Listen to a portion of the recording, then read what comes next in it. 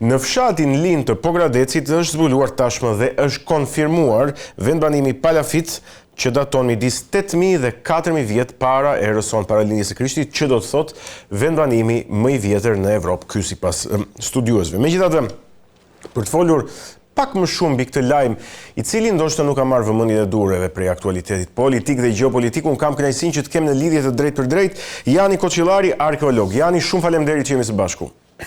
Faleminderit juve, faleminderit që jemi që gjithë së bashku për të folur për këtë fatikisht zbulim që është i rëndësishëm për vërtetimin, për vendbanimin, për këtë strukturë palafitësh. Shumë vërtet. Në fakt, unë doja që ta nisja me atë që në fakt e konfirmova, po ti mund t'i bësh edhe një shpjegim tashmë shkencor. A është vendbanimi i Linit zyrtarisht po themi, vendbanimi më i vjetër palafit në të gjithë kontinentin evropian? Tani, aktualisht për ato që janë fatikisht zbuluar në këtë moment, nuk mund të themi se njëkohësisht edhe kolegët e tjerë që merren për periudhën prehistorike mund të bëjnë edhe një zbulim tjetër, por aktualisht analizat që kanë bërë kolegët e Universitetit të Bernës në bashkëpunim me Institutin Arkeologjik, po sidomos Universiteti i Bernës në Zvicër, duke bërë dy lloj analiza. Dendrokronologjin, do me thënë analizën e unazave të drurit, edhe analizën e karbonit C14, ka vërtetuar që ky vendbanim, pra fatikisht uqenit të Orit, ose më mirë nga ana jonë edhe riqenit Pogradecit, ka patur një strukturë palafitësh që aktualisht është nga më të vjetër në periudhën prehistorike të periudhës të neolitikut, nga më të vjetër në kontekstin evropian. Qartë. Po çfarë është një strukturë palafite? Se termi duket goxha po them teknik në kuptimin e ju profesionistëve, po për publikun e gjerë, çfarë është një strukturë palafite? Për publikun e gjerë, për ta bërë një shembull më real, me që sot është diskutuar shumë nëpër media, se është bërë një martesë e famshme në Itali, në Venecia, ne kemi një nga strukturat më moderne palafite, që është pikërisht Venecia. Venecia në fakt është një strukturë palafite që qëndron mbi trunjët. Ato trunjë që ju shikoni, në periudhën e neolitikut, por ne kemi edhe dëshmitë nga burimet historike të antikitetit, sidomos për zonën e Epirit, që kanë akoma ekzistuar, sepse edhe në Italinë e kemi shumë të përhapur. Çka ka ndodhur? Po flasim këtu edhe para 8.000 vjet, shumë vite më përpara 8.000, 6.000 vjet, komunitetet kur dalin nga ato që janë shpella, fillojnë edhe lëvizin, krijojnë komunitetet e tyre, fillojnë edhe banojnë afër fatikisht liçenve, duke krijuar shtylla, ato që shikojmë ne për drurë, që sipër krijohet një strukturë banese, siç është shtëpia karakteristike, po edhe ajo për drurë. Edhe banojnë për këto vende, jo më shumë sa 30, 300-400 banor, plus minus, mos i merrni këto datas të tamam minutë saktësisht, fillojnë krijojnë në afër fatikisht liçenve, sepse kanë edhe ujërin, fillojnë edhe punojnë edhe tokën, fillojnë krijojnë edhe komunitetet e para, lidhje tregtare, kanë edhe zhvillimet e tyre, sepse kanë faza të ndryshme, edhe në Linë ne do arrit kolegët, sidomos, do arrit të kuptojnë cilat kanë qenë fazat e Linit, do me thënë, vendbanimi i parë deri ku ka vazhduar ky vendbanim, por duhet bëjmë një, po themi një vretje, nuk është e vetme strukturë palafite që ne kemi në kontekstin e Shqipërisë. Aktualisht, më i vjetër që ne kishim ishte Maliqi. Se ne kemi Maliqin, Dunovacin, Suvjanën, i kemi faktikisht strukturat do dokumentuar që janë bërë analiza me karbonin C14 që kanë vërtetuar që ishin më të vjetër në kontekstin e Shqipërisë, janë tamam struktura palafite që kanë patur një zhvillim jo vetëm për periudhën e neolitikut, ajo që ne themi faktikisht periudha gurit, por edhe në periudhën e bronzit, që do arri pastaj të krijojë ajo që quhet etnosi i lirë, komunitetet i lirë. Në fakt, unë këtu doja që të ndalesha, dhe ti në fakt më dole në shteg. Cila është rëndësia e këtij zbulimi të jashtëzakonshëm arkeologjik, do të thoja, për Shqipërinë? A është ky një zbulim arkeologjik i shkëputur nga etnosi i lirë, sepse Qartazi është shumë më herët në kohë, apo ka një lidhje me etnosin e lirë? Pra, si mund ta përkthejmë tash në raport me prejardhjen e shqiptarëve, apo nuk mundemi ta përkthejmë? Aktualisht të kemi parasysh që gjithë kontestin arkeologjik që gjithë këtij zbulimit janë të rëndësishëm sepse na ndihmojnë për të kuptuar më qartë historinë, por edhe se si ka jetuar njeriu, si janë krijuar komunitetet. Kjo për ne pse është e rëndësishëm? Sepse për zonën e Linit, për liçenin e Ohrit, për liçenin e Pogradecit, nuk është i vetmi vendbanim, se po studiohet i gjithë liçeni për të parë tamam fazat e zhvillimit. Ato që keni vëre në gërnimet ku janë zbuluar palafitet, ato që kanë ngelur të palafiteve të ruajtë, kanë edhe stresat gjeologjike ose stresat arkeologjike që na ndihmojnë për të kuptuar më thellë se cilat janë fazat historike që ky vendbanim ka patur një zhvillim, ka arritur deri në periudhën e bronzit, ka lidhje deri tamam kur është krijuar edhe Edhosi i Lirë, por është shumë i rëndësishëm për kontestin tonë sepse kuptojmë edhe si janë krijuar komunitetet e parë që pastaj në vazhdimsi, në shekull, do arrin të krijojnë, sidomos në periudhën e bronzit, ajo që do quhet Edhosi i Lirë, realiteti i lirë. Por do jenë qeramikat që janë faktikisht zbuluar që do na ndihmojnë për të kuptuar cili është ky komunitet edhe cili lidhet me gjithë kulturat, kur themi kulturat, ato komunitetet në asaj periudhe që kanë gjëra të përbashkët. Edhe shumë e rëndësishme sepse na faktikisht vërteton edhe na tregon që kjo zonë ka patur lidhje kulturore, edhe me realitetet e tjera, lidhje tregtare, edhe ka qenë një zonë e vetë banuar që ka patur një rëndësi të jashtëzakonshme në atë periudhë ku fillojnë më në fund qytetrimet, fillojnë edhe krijojnë komunitetet e parë. Po kur flasim për qytetrimet, mos mendoni për qytetrimet e periudhës bronzit edhe periudhës antikitetit. Janë akoma komunitete që lidhen, krijojnë rregullat e tyre, po jemi akoma në periudhën e hegurit, ku ne shpeshherë nuk kemi dokumentime të shkruara, duhet të bazohemi konkretisht tek zbulimet arkeologjike. Pra, bëhet fjalë gjithmonë për periudhën e neolitikut, të gurit të ri po flasim. Pra 8500 vite përpara 8500 vite nga tani apo përpara lindjes Krishtit? Tani, që të jemi më qartë, zakonisht thuhet këto janë midis 6000, 4800 para Krishtit, që i bien nga ana joni bie 8000. Po, edhe 6000, po. Duhet i merrni gjithmonë si data që janë shumë të gjëra, po janë thjesht analizat që na kanë ndihmuar për të vërtetuar që kjo është periudha, në këtë periudhë janë vërtet zhvilluar. Pastaj edhe zbulimet qeramika sidomos do na japin një qartësi më të qartë cilat kanë qenë fazat e palafiteve të Linit, kur kanë filluar edhe kur kanë mbaruar si ndërtesë edhe si strukturë.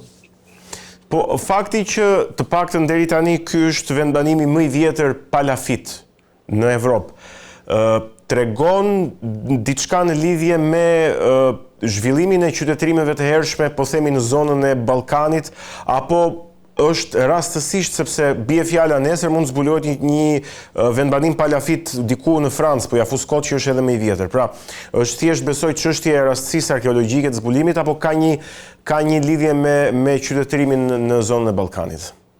Jo, ka shumë lidhje me qytetërimin e Ballkanit sepse në këtë moment, në periudhën e neolitikut, ne fillojmë edhe lidhim ku janë edhe zbulimet e tjera, lidhjet kulturore në kontekstin arkeologjik, do me thënë lidhjet tregtare, kur shikojmë po të njëjtën qeramikë, fillojmë që krijojnë komunitete të cilat kanë qenë edhe lëvizje të komuniteteve, edhe si ka qenë zona e Linit edhe gjithë faktikisht të liçenit Pogradecit, që nuk ka qenë siç e shikojmë sot. Ka qenë krejtësisht ndryshe, liçeni mund të qenë edhe më i zgjerë, edhe më i ulët në përfaza të ndryshme. Po shumë e rëndësishme sepse ne këtu fillojmë edhe kuptojmë se si kanë filluar të krijojnë komunitetet e para. Ato që pastaj në periudhën e bronzit do fillojnë të jenë më të qartë edhe më të identifikueshëm derisa në vendin tonë marrin emrin të kulturës së lirë ose tamam. Në këtë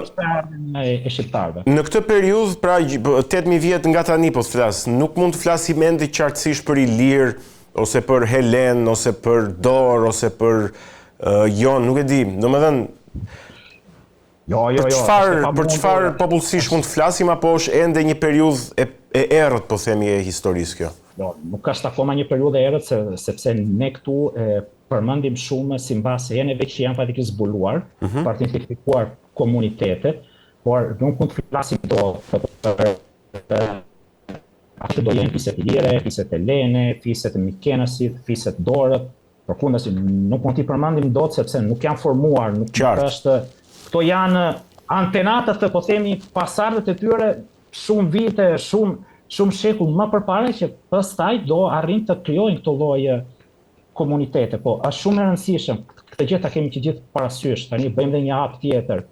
Kur ne flasim për mikenasit, dorët, për këto lloj realitete, zakonisht zonja perale të tyre, po flasim për periudhën e bronzit, për periudhën e bronzit, po. Këtu edhe para 4500 vite më përpara, në 2500 para Krishtit, 1000 zakonisht edhe mikenasit, edhe dorët që do vinë basë, ajo që ne kemi më qartë se këta zbresin nga për këto zonat qendrore, po themi të Ballkanit që i përkasin realitetit shqiptar. Shqipëria e Kosova zbresin më poshtë në për zonat që sot janë të Hepirit, derisa pastaj për rastin e mikenasve edhe dorëve, qendrën e tyre më të rëndësishëm do ta kenë te Peloponezi. Se do të keni parasysh një gjë, në vendin tonë këto zbulime janë shumë të rëndësishëm, por pasuria arkeologjike që ka Shqipëria në nën tokën nuk është e gërmuar e gjithë. Po t'japim 1%, merrni me pinca, si më thënë, ne duhet të flasim për nga një shkallë që fillon nga 0 deri 100, base po t'jemi shumë optimist, kemi arritur te 20%. Se ka shumë fatikisht problematike, mungesa fondeve. Një pyetje tjetër që mund ta lindë është shumë bukur këtu e linit puna që po bëjnë kolegët që po bën edhe kolegu i institutit, po Universiteti Shqiptar si ka mundësi që nuk jepen këto lloj mundësi. Se po flasim për studentë, për ardhmen e Shqipërisë, për studimet, për kontestin kërkimor, për rinin që të ketë një të ardhmen, për nxënës që diplomohen, do jetë shumë e rëndësishëm që ne fillojmë të kemi brenda edhe universitetet, sidomos fondet, edhe kjo e linjit mos jetë një rast që japin vëmendjen tani që është shumë e rëndësishëm, pastaj vitin tjetër e harrojmë që të gjithë. Unë në fakt këtu doja të ndalesha. Domethënë cili është roli, po themi, i kolegëve arkeolog zviceran dhe Institutit të Bernës në këtë zbulim, por edhe në zbulimet të tjera, duke qenë se ti përmende me shumë të drejtë, ndoshta mungesën e fondeve dhe të kapaciteteve kërkimore në këtë kontekst. Tani, Universiteti i Bernës, si gjithë universitetet e huaja, ka një rëndësi të jashtëzakonshme sepse ata jo vetëm marrin pjesë të një projekti të Komunitetit Evropian, në kuptimin një projekt i gjerë, plus janë edhe fondet, edhe studimet, sepse ta i lidhin edhe në për kontestin e zbulimeve të periudhës prehistorike në gjithë kontestin e Europian, se Zvicra ka edhe liqent, ka edhe palafitët, i ka edhe sidomos Italia. Nga ana tjetër, kur është problematika shqiptare që ta kemi që gjithë qartë, kur flitet për institutin, është shumë i rëndësishëm, sepse ky është një projekt në bashkëpunim. Mos harroni këtë gjë, është bashkëpunim, domethënë. Pikërisht prandaj pyeta. Ka një projekt të tyre, Berna, instituti ka projektin e tij në bashkëpunim për zonën e linit, për zbulime, do bëjnë konferenca. Tani ku është realiteti kur ne flasim se do lindë edhe pyetja, Universiteti Shqiptar si kanë mundësi që ku janë gërmimet, se një nga problematikat e madhe është edhe mungesa e fondeve, lekëve, për ta thënë më bukur. E dyta është edhe fakti, unë këtë po themi edhe shembullin tim personal, që kështu kemi edhe më qartë. Unë merrem në një studim që nuk është përdos prehistorike, unë merrem më shumë për periudhën klasike, ato që quhen periudhat helenistike ose periudhat fatikisht romake. Periudha e qytetërimit i lirë, po ma shembullin tim konkret, unë merrem me studimin vetë fatikisht të një qytetit i pa dokumentuar, i pa gërmuar, i cili nga shenjat, ka fotografia ajrore që është përdorur edhe për linin, fotografia e sateliteve për të parë shenjat, rastin tim ma kanë ndihmuar për të identifikuar prezencën e amfiteatrit dytë në territorin e Shqipërisë. Kur flasim për amfiteatrin, kemi parasysh amfiteatrin e Durrësit, por me shumë mundësi ne mund të kemi 2 amfiteatra me gjithë një qytet që përkasin minimalisht periudhës ilire edhe deri në periudhën romake. Kush është ky qytet, se më bëre kurioz, mos më lërë me kaq suspans, të lutem. Jo, aktualisht ne jemi në fazat që po përpiqemi të kemi realisht një mbështetje konkrete, që mund të jetë në vërtet një zbulim jashtëzakonshëm për kontestin e Shqipërisë, sepse flasim brenda për një realitet që është i rëndësishëm për ilirët, që është fisi i Taulantëve, edhe kuptojmë më në fund si fillon zhvillimi i fisit të Taulantëve deri si arrin në periudhën romake. Por ky qytet aktualisht e kemi përmendur si qytet i humbur, sepse kam disa hipoteza që mund të jetë emri i tij, po shpresa më e madhe se po e them prapë, para një javë tani isha në përvezë edhe prezantova edhe një pjesë të studimit për bazë student grek nga Amerika edhe nga Kanadaja në bashkëpunim me kolegët, edhe duke folur për këtë edhe vetë ata ishin shumë të interesuar, po të kesh shenjat e amfiteatrit dytë në Shqipëri, që deri sot kemi vetëm Durrësin. Do të thënë një strukturë shumë e madhe. Të kesh një qytet me shumë mundësi, lagjet e tyre, forumin, banesat, tempulli, se ka edhe tempull, ka edhe një tempull që mund të ndikojë për të kuptuar tamam cilët janë edhe cila ishte edhe përcetimi i përndive në kontekstin nuk do ma zbulosh pak a shumë zonën ku ndodhet. Zona, mirë, mos e thuaj me saktësi, po me përafërsi, domethënë, me përafërsi. Kjo lidhet edhe me temën e studimit që është fatikisht tani unë zonën saktësisht nuk po e përmend, por fisi taulanteve dihet se ku është përhapur, po flasim për zonën e Durrësit. Por edhe mund të ketë tamam, jo mund të ketë, me shumë mundësi është një nga zbunimet më të rëndësishëm. Fisi taulante në fakt është në gjithë muzejqen kam përshtypjen, nga duke përfshirë dhe Durrësin. Patjetër, përkundrazi, po themi nga Lezhë deri poshtë në Apollonia, dhe ka qenë një nga realitetet më të rëndësishëm në kontekstin e Ilirisë. Aq i rëndësishëm se ishte aftë të ndërhynte, të vendoste mbret në Epir, të ndërhynte politikisht në skenën politike e Maqedonisë të lashtë, jo Maqedonisë moderne, edhe të kishte marrëdhënie tregtare ekonomike jo vetëm me Athinën, por edhe me Sirakuzën, derisa jep mundësi Sirakuzët të themeloj koloninë në veri të Ilirisë, që sot i bie zona e Dalmacisë, zona e Kroacisë. Po, për të ardhur edhe shembull personal që sigurisht që kam përmendur. Shpeshherë kush është mungesa kryesore, janë fonde, edhe mbështetja që institucionet shqiptare duhet t'i bëjnë edhe studiusëve të ri, sepse ne këtu ndigjojmë gjithmonë universitete uja, që është gjë shumë e rëndësishëm, por të rinjtë, unë, edhe studentët e mi që kemi me vërtet dëshirë, shpeshherë pengesa parë na vjen vetë nga institucionet shqiptare. Që nuk është vetëm lidhja për mungesë fonde, janë edhe për autorizime, që shpeshherë janë xhelozi, duke sigur Shqipëria është ndarë nëpër zona, sikur po pret edhe i interesa. Por për rastin e Elinit unë shpresoj edhe mendoj që do jetë një rast se Elini nuk ka vetëm këtë lloj palafitë, mos harroni ka edhe qytetin e Elinit, ka një mozaik shumë të bukur të periudhës paleolitike kristiane, ka zonën e Pogradecit që duhet edhe të studiohet, që ka faza historike që fillojnë që nga periudha e lirë deri fatikisht në mesjet, por mos përmend periudhën osmane. Prandaj zona e liçenit Pogradecit duke filluar nga Lini, nga filloi mundësi, nga filloi